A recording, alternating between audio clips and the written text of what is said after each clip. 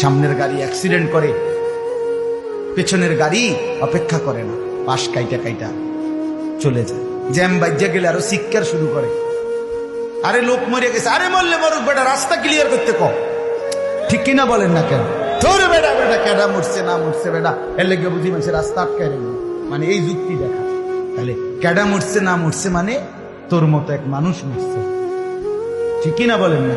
তোর মতো এক সুস্থ সবল মানুষ মরছে বেটা, যে একটু আগে হাত নাড়তো পা নাড়তো, সেই মানুষটা এখন রক্তে ভাসতেছে বেটা। পাত্তাও নাই, কিসের সময় কার হাতে সময়?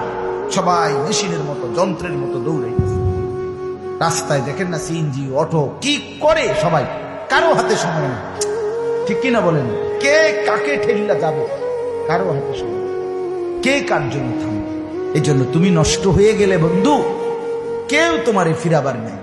তোমার জন্য ভাববে কেউ, ডাকবে কেউ, কাঁদবে কেউ নাই।